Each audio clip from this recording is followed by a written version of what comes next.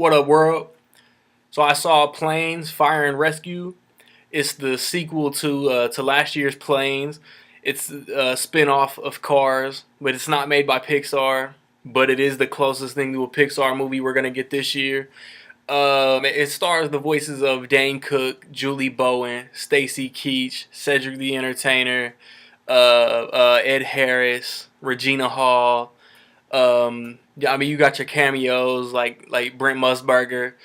Um, and Brad Paisley has like a one-liner. It's directed by Bob's Ganaway. He a different guy that did the first movie. You got Dusty Crophopper, and it starts off and he's still racing. You know, in Lightning McQueen fashion, he's killing it. He's the top dog in every race.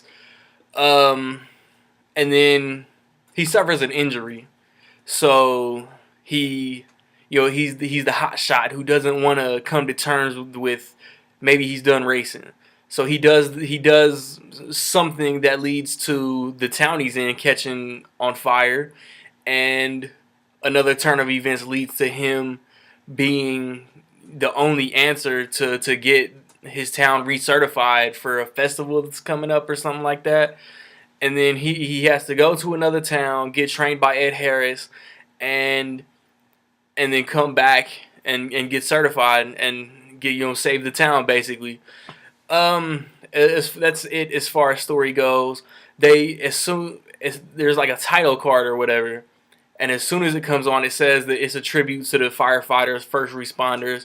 I thought that shit was really dope. You know, being military, being security forces, and a first responder for the time that I was in the military. So I thought that was a cool shout out tribute. Um, the voice acting, man, Dan Cook is Dan Cook, man. I hear Dan Cook. I don't lose his voice into the character, because I mean he doesn't change his voice at all. Um, Stacy Keach comes back, Terry Hatcher comes back. They were cool. I like their characters. I mean, you know how these movies, man. There are some jokes that kids weren't getting, but adults were just laughing at. Not like laughing your ass off to the point that you don't know what's happening next, but just some funny stuff. Like the pickup truck thing was hilarious. And there's other ones. The story didn't wind up how I thought it would. Like I thought that his training and certification with Ed Harris's character was gonna end up being, like just a small little chunk of the movie, and it ended up being like the main location, at the end of the movie, and then he went back to the town, and I don't know, I'm treading in spoiler territory, but it's a Plains kids movie. Like, are you really gonna be offended if I ruin the entire movie? I'm just saying, like, it didn't unfold how I thought it would, and I kind of saw that as like a negative in a way. Um, and then just like the first Planes movie, it felt a little more ready for theater, but it still kind of had like the overall, like, it was prepped for straight to DVD aura over it.